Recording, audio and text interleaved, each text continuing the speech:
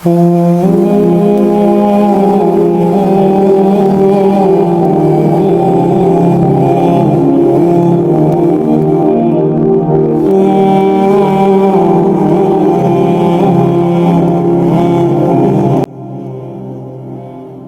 علیکم ورحمۃ اللہ وبرکاتہ۔ الحمدللہ رب العالمین والصلاة والسلام علی سید الانبیاء والمرسلین۔ رمضان المبارک کے ان دنوں میں ہم ایک سفر پر نکلے ہیں جو ہمیں لے کر جا رہا ہے تاریخ کے جھروکوں میں، ان مقامات پر جہاں پر وقت نے اپنی قیمتی لمحات سنبھال کے رکھے ہیں، اور آج کا دن بھی تاریخ کا خاموش لیکن انتہائی اہم موڑ ہے۔ آج رمضان المبارک کا چھٹا دن ہے، لیکن یہ صرف ایک عدد نہیں ہے، یہ تاریخ کا وہ دروازہ ہے جو ہمیں 40 ہجری کے رمضان میں لے جاتا ہے، جو کہ 661 عیسوی کا رمضان المبارک تھا۔ تو آج کے لیے ہم نے جو انتخاب کیا ہے جس واقعے کا، وہ اس کا ہے جس کو اللہ کے رسول نے بھائی کہا تھا، اور وہ بھائی جس کے ساتھ رسول کے بازو مضبوط ہوتے تھے۔ تو چلیے بات کرتے ہیں سیدنا علی المرتضیٰ کی شہادت کے واقعے کی۔ واقعات بیان کرنے کے لیے نہیں ہوتے، انہیں محسوس کرنا ہوتا ہے، کیونکہ آج ہم اس عظیم شخصیت کو رخصت کر رہے ہیں جن کی حیثیت نبی کریم صلی اللہ علیہ وسلم کے لیے یوں تھی جیسے ہارون علیہ السلام کی سیدنا موسیٰ علیہ السلام کے لیے تھی۔ ہمارے گھروں میں سکون، آرام، دفتروں میں روزہ نبھانا، بھوک پیاس، کچھ عبادت، کچھ سستی، رمضان یہ سب کچھ نہیں ہے۔ یہ تغیر و تبدیلی اور قربانی اور جد و جہد کا مہینہ ہے، اور یہ وہ مہینہ ہے جہاں سے یہ کہانی شروع ہوتی ہے، اور وہ کہانی کس کی ہے؟ سیدنا علی المرتضیٰ کی۔ وہ چہرہ جو اسلام کی پہلی صدیوں میں مسجدوں کی دیواروں پر نہیں تھا، لیکن ان کا کردار ہر مسلمان کے دل پر تھا۔ پہلے مسلمان جس نے 10 سال یا کچھ روایات کے مطابق 8 سال کی عمر میں اسلام قبول کیا، پہلے بچے جو اللہ کے رسول پر ایمان لائے، جن کے بارے میں نبی کریم نے کہا تھا انت منی و انا منک، صحیح بخاری کی حدیث ہے، تم مجھ سے ہو اور میں تم سے ہوں۔ اور پھر وہ ہجرت کے وقت نبی کریم صلی اللہ علیہ وسلم نے ان کو اپنے بستر پر سلا دیا۔ علی کو پتا تھا کہ اگر تو تلوار پڑی تو مجھی پر پڑے گی، لیکن رسول کا حکم سر آنکھوں پر، اور جان جو تھی وہ رسول کے قدموں پر۔ پھر نبی کریم صلی اللہ علیہ وسلم نے اس شخصیت کے بارے میں فرمایا تھا لا يحبک الا مؤمن ولا یبغضک الا منافق۔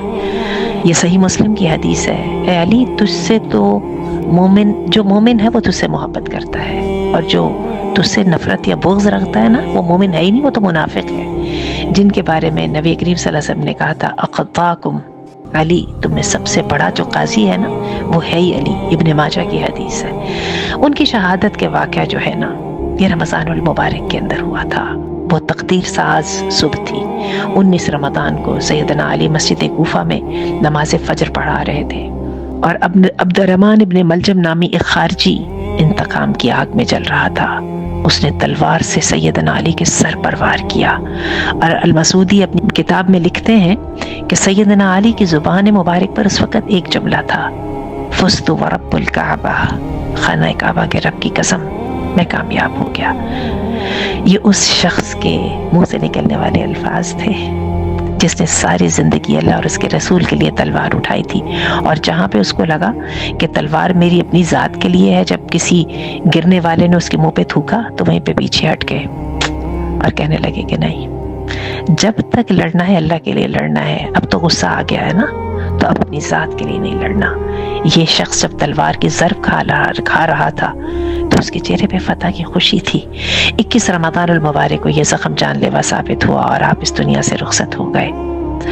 میں آپ کو صحیح بات بتاؤں، سیدنا ابو بکر، عمر، ان کی شخصیتوں کی یا سیرت کو پڑھیں تو بڑا جذبہ بیدار ہوتا ہے، آگے بڑھے جائے، قربانی دی جائے، سینہ تان دیا جائے۔ لیکن اگر کسی نے فیلئر مینجمنٹ دیکھنی ہے نا، یا اس کے اندر ایک مسلمان کا کردار کیا ہونا چاہیے، تو سیدنا علی کی سیرت پڑھیں۔ سیدنا علی نے اس وقت خلافت کو قبول کیا تھا جب خلافت کی طرف بڑھنا بھیڑوں کے چھتے میں ہاتھ ڈالنا تھا۔ سیدنا علی چاہتے نہیں تھے، لیکن جب دیکھا کہ امت سلیمان علیہ السلام کی شہادت کے بعد بکھرنے لگی ہے تو اپنی ذمہ داری جان کے سر پہ کفن باندھ کے آگے آئے، اور آ کے جو ہے خلافت کی ذمہ داریاں سنبھالیں، مدینہ کو چھوڑا، مدینہ تو رسول کہہ کے، اور کوفہ جا کے جنگ سیاستوں کا مرکز بنا تو وہاں پہ چلے گئے۔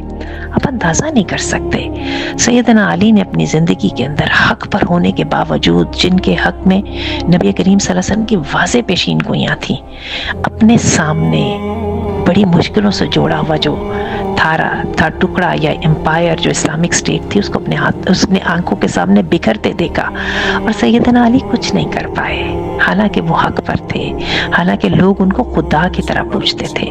اور پھر سیدنا علی جو ہیں دیکھا خلافت کے زمانے میں، انہوں نے دیکھا کہ وہ لوگ جو ان کی نام پہ کٹ مرتے تھے خوارج، انہوں نے ان کو مرتد کہہ کے ان کی قتل کیا، بلکہ ان کے قتل میں عبد الرحمن ابن ملجم جو تھا وہ خارجی تھا۔ پھر سیدنا علی کو حکمین کا فیصلہ قبول کرنا پڑا، جنگ صفین میں اپنی نظروں کے سامنے اپنے نبی کی بنائی ہوئی، محنت سے کھڑی کی ہوئی ابو بکر اور عمر کی جو یہ لیگیسی تھی، اس کو اپنی نظروں کے سامنے تقسیم ہوتے دیکھا۔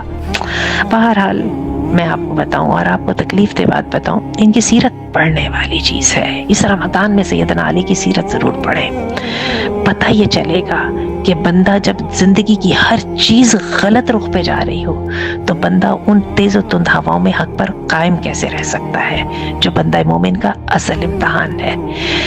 آئیے ذرا سیدنا علی کے بارے میں دیکھتے ہیں کہ اللہ اور اس کا رسول کیا کہتا تھا۔ آپ کو یاد ہوگا جنگ خیبر میں جب قلعہ پتہ نہیں ہوتا تھا قموس کا، تو اللہ کے رسول نے کہا میں کل اس کو علم دوں گا جس سے اللہ اور اس کا رسول محبت کرتا ہے اور جو اللہ اور اس کے رسول سے محبت کرتا ہے۔ اور صحابہ کرام کہتے ہیں ہم سوچ رہے تھے کون کون کون، اور اللہ کے رسول نے سیدنا علی کو بلائے، بیمار تھے، آنکھوں میں لعاب دہن لگایا اور ساتھ عالم دیا، اور وہاں پہ جا کے سیدنا علی نے مرحب کے ساتھ جنگ کی، جس کو 1000 آدمیوں کے برابر مانا جاتا تھا، اور اس کو کہا میری ماں نے میرا نام حیدر شیر رکھا ہے۔ اس کے بعد ہی ان کو اسد اللہ کہا جانے لگا نا۔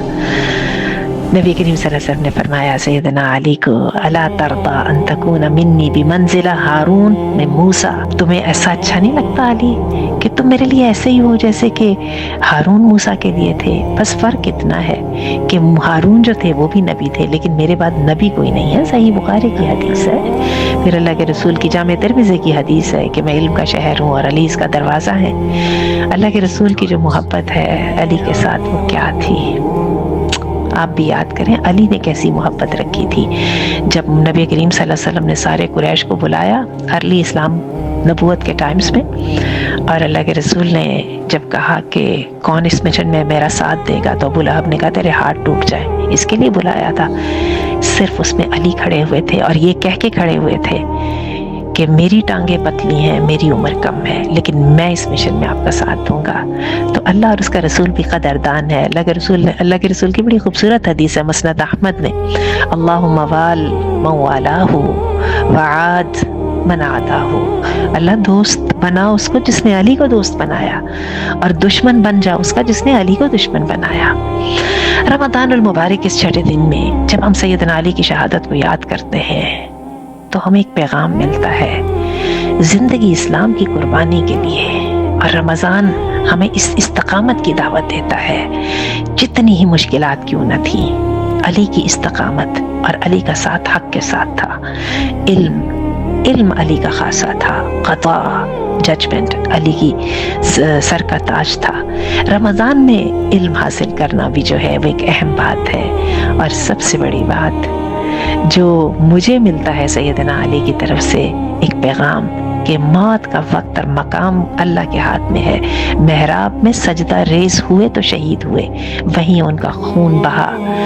آج ہم خراج عقیدت پیش کرتے ہیں اس ہستی کو جن کے بارے میں اللہ کے رسول نے فرمایا تھا، مستدرک حاکم کی حدیث ہے، علی حق کے ساتھ ہے اور حق علی کے ساتھ ہے، حق جہاں پہ بھی ہوگا علی اس کے ساتھ ہے، جن کا آخری کلمہ فزت ورب الکعبہ تھا۔ میں دوبارہ ریکمینڈ کروں گی سیدنا علی کی سیرت پڑھیں، آپ کو حیرانگی ہوگی۔ وہ چیزیں جن کو ہم عموماً پڑھتے نہیں، سنتے نہیں، خلفائے راشدین کی سیرت میں جو ملتا ہے نا، وہ سیرت نبوی پڑھنے کے بعد بہت کچھ سمجھ آتی ہے۔ السلام علیکم ورحمۃ اللہ۔ اللہ ہمیں سیدنا علی کی محبت بھی عطا فرمائے اور ان کے نقش قدم پر بھی چلنے کی توفیق عطا فرمائے۔ السلام علیکم ورحمۃ اللہ۔